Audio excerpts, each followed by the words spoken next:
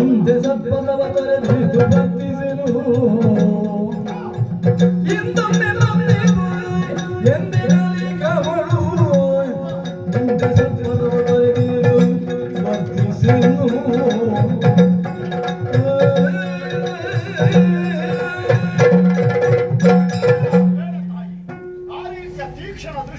ನನ್ನನ್ನು ನೋಡದಿರು, ನೋಡಿದೆ ಅಂತಾದ್ರೆ ಕ್ಷಣ ಮಾತಲ್ಲಿ ಭಸ್ಮೀಭೂತರಾಗಬಹುದೇ? ಇದ್ದೇನೆ ಬಹಳ ಎಡವಿದ್ದೇನೆ ಅನ್ನುವುದು ಈ ದಿವ್ಯಾಕಾರವನ್ನು ನೋಡುತ್ತಾ ಇದ್ದ ಹಾಗೆ ಅರಿವಿಗೆ ಬರ್ತಾ ಇದೆ. ಓಹೋ, ಆದ್ದರಿಂದ ಈ ಹೊತ್ತಿನಲ್ಲಿ ಕೈ ಮುಗಿತಾ ಇದ್ದೇನೆ, ಕಣ್ಣಲ್ಲಿ ಕುಡಿಸುತ್ತಾ ಇದ್ದೇನೆ. ಮುಂದೆ ಸತ್ತ ಪಥದಲ್ಲಿ ಮುಂದುವರಿಯುವ ಹಾಗೆ ಅನುಗ್ರಹ ಮಾಡಬೇಕು ಅಂತ ಕೇಳಿ. ತಪ್ಪು ಮಾಡುವ ಸಹಜ, ತಿದ್ದುಬಾರದವನು ಮನುಜ.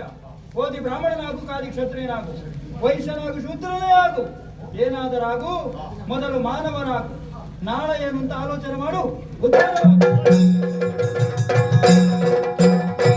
ಇಂಥವ ಬರುತ್ತೀರಿ ಚಿಂತಿಸುತ್ತಿದ್ದರು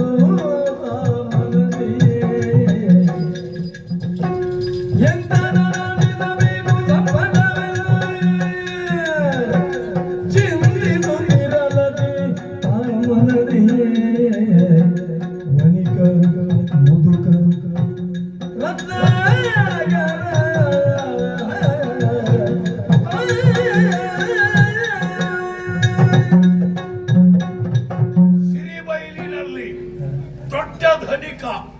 ಯಾರು ಕೇಳಿದ್ರೆ ನಾನೇ ರತ್ನಾಕರ, ಮುದುಕ ರತ್ನಾಕರ ಅಲ್ಲ ಮಾರಾಯ.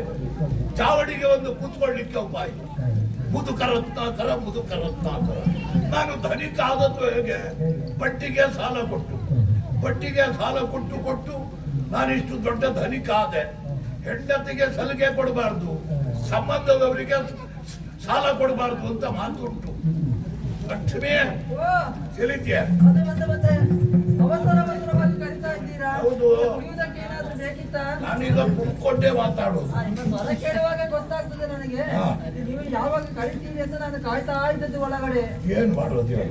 ಅಂದದ್ದು ಮುಗೀತು, ಸಂಜೆಗೆ ನೋಡು. ನಾನು ಕುಡಿಲಿಕ್ಕಲ್ಲ, ಮತ್ತೆ ನಿಮ್ಮಲ್ಲಿ ಒಂದು ವಿಚಾರ ಹೇಳಲಿಕ್ಕಿತ್ತು. ಎಂತದ್ದೆ? ಇದು ಪಕ್ಕದ ಮನೆ ಪಾರ್ವತಕ್ಕ ಇದ್ದಾರಲ್ಲ, ಏನ್ ಮಾಡಿದ್ರು? ಅವರು ಮೊನ್ನೆ ಒಂದು ಹೊಸದೊಂದು ಸೀರೆ ತಕೊಂಡು ಬಂದಿದ್ದಾರೆ. ತರ್ಲಿ. ಅದೇ ತರದ ಸೀರೆ ನನಗೊಂದು ಕೊಡಿಸಿ. ಹೆಂಗಸರ ದೇಶದಲ್ಲಿ ಪಕ್ಕದ ಮನೆ ಹೆಂಗಸು ಸೀರೆ ತಕೊಳ್ಳಿಕ್ಕೆ ಒಬ್ಬ ಇಲ್ಲ. ಈಗ ನಿನಗೆ ಉಂಟಲ್ಲ ಮಾರಾಯ್ತು. ಹೊರತಾಯ್ತು ಸ್ವಾಮಿ, ಎಷ್ಟು ವರ್ಷದಿಂದ ಉಡ್ತಾ ಇದ್ದೇನೆ. ಇನ್ನೂ ಉಡು. ಒಂದು ಕಡೆಯಿಂದ ಹರಿದು ಹೋಗ್ತಾ ಉಂಟು. ಪೂರ್ತಿ ಹರಿದೋದ ಮೇಲೆ ಹೊಸ ಸೀರೆ ತರುವ. ಅಲ್ಲಿವರೆಗೆ ಸೀರೆ ತರುವ ವಿಷಯ ಇಲ್ಲ. ಕರ್ದದ್ದು ಯಾಕೆ ಗೊತ್ತುಂಟ? ನಾಳೆ ಬೆಳಿಗ್ಗೆ ನಿನ್ನ ಅಪ್ಪನ ಮನೆಗೆ ಹೋಗಿ ಬರ್ಬೇಕು. ಅಪ್ಪನ ಮನೆಗ ಹೋಗದೆ ಎಷ್ಟೋ ವರ್ಷ ಆಯ್ತು, ಹೋಗಿ ಬರ್ತೇನೆ. ಕುದುರೆ ಯಾಕೆ ಕೇಳು, ನಿನ್ನನ್ನು ನನಗೆ ಮದುವೆ ಮಾಡಿ ಕೊಡುವಾಗ 20,000 ಹೊನ್ನು ವರದಕ್ಷಿಣೆ ಕೊಡ್ತೇನೆ ಅಂತ ಹೇಳಿದ್ದ. 10,000 ಕೊಟ್ಟು 10,000 ಇವತ್ತಿಗೂ ಕೊಡ್ಲೇ ಇಲ್ಲ. ಆ 10,000 ಹೊನ್ನು ಅದರ ಬಡ್ಡಿ ಹಿಡ್ಕೊಂಡು ಬರ್ಬೇಕು.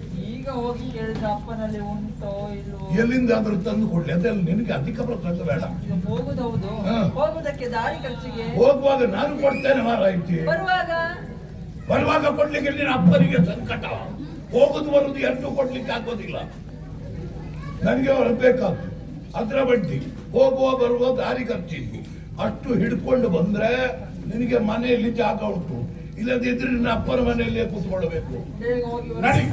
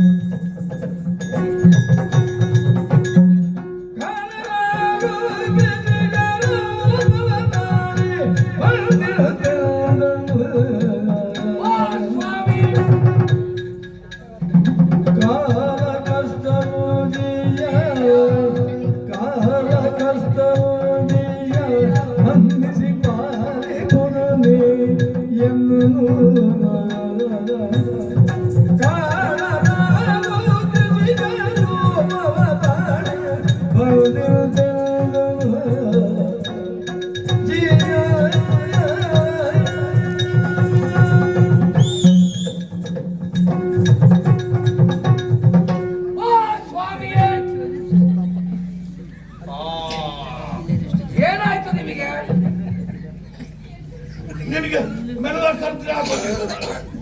ನನಗೆ ಮೊದಲೇ ಅದೇಯಲ್ಲಿ ಎಡಬದಿಗೆ ನೋವು. ನಿಮಗೆ ಪ್ರಾಯ ಆಯ್ತಲ್ಲ, ಕಿವಿ ಕೇಳುವುದಿಲ್ಲ ಅಂತ ಹೇಳಿ ಗಟ್ಟಿಗರ್ತದ್ದು.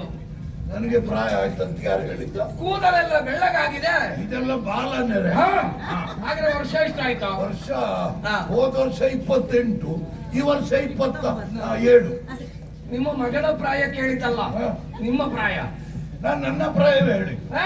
ಬರುವ ಅಮಾವಾಸ್ಯೆಗೆ 27 ತುಂಬುತ್ತದೆ. ಓ, ಹಾಗಿದ್ರೆ ನೀವು ಅಮಾವಾಸ್ಯೆಗೆ ಹುಟ್ಟಿದವರ? ಅಮಾವಾಸ್ಯೆಗೆ ಸಂಕ್ರಮಣ ಅದೆಲ್ಲ ಬೇಡ ಹೋಗ್ಲಿ, ನನ್ನ ಪರಿಚಯ ಸಿಕ್ಕಿದ ನಿಮಗೆ. ನೋಡಿದ್ದೇನೆ ಮಾರಾಯ. ಹೌದಾ? ನಾನು ಕೃಷಿಕ, ರೈತ, ನಾನೇ ಮಣ್ಣಿನ ಮಗ ಅಂತ ಹೇಳಿಕೊಂಡು ಪೇಟ ತಿರುಗುವವನು ಅಲ್ಲ. ಮಣ್ಣಿನಲ್ಲಿ ದುಡಿದು ಕೃಷಿ ಮಾಡುವ ನಿಜವಾದ ಮಣ್ಣಿನ ಮಗ ನಾನು.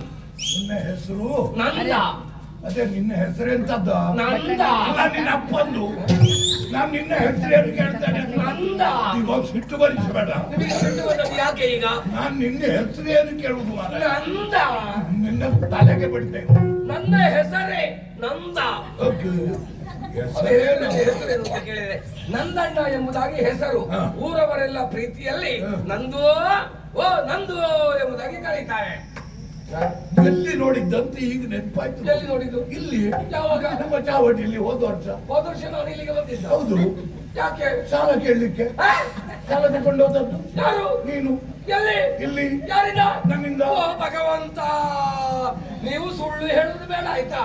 ನಾನು ಸುಳ್ಳು ಹೇಳಿದ್ರೆ ಭೂಮಿ ಮಣ್ಣಾದೀತು. ಮತ್ತೆ ಭೂಮಿ ಮಣ್ಣಲ್ಲದೆ ಕಬ್ಬಿಣವ? ಮಣ್ಣು ಭೂಮಿ ಆದೀತು. ಮಣ್ಣು ಇರುವ ಕಾರಣವೇ ಭೂಮಿ.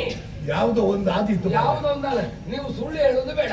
ನಾನು ಇಲ್ಲಿಗೆ ಬರಲಿಲ್ಲ, ನಿಮ್ಮಿಂದ ಸಾಲ ಪಡ್ಕೊಳ್ಳಿಲ್ಲ. 3 ಮಾತಿಗೂ 33 ಮಾತಿಗೂ ನೋಡುವ. ಯಾರಿಗೋ ಸಾಲ ಕೊಟ್ಟಿದ್ದಾರೆ, ನನ್ನನ್ನು ಹೇಳುದು ಈಗ ಸುಮ್ಮನಿಲ್ಲ.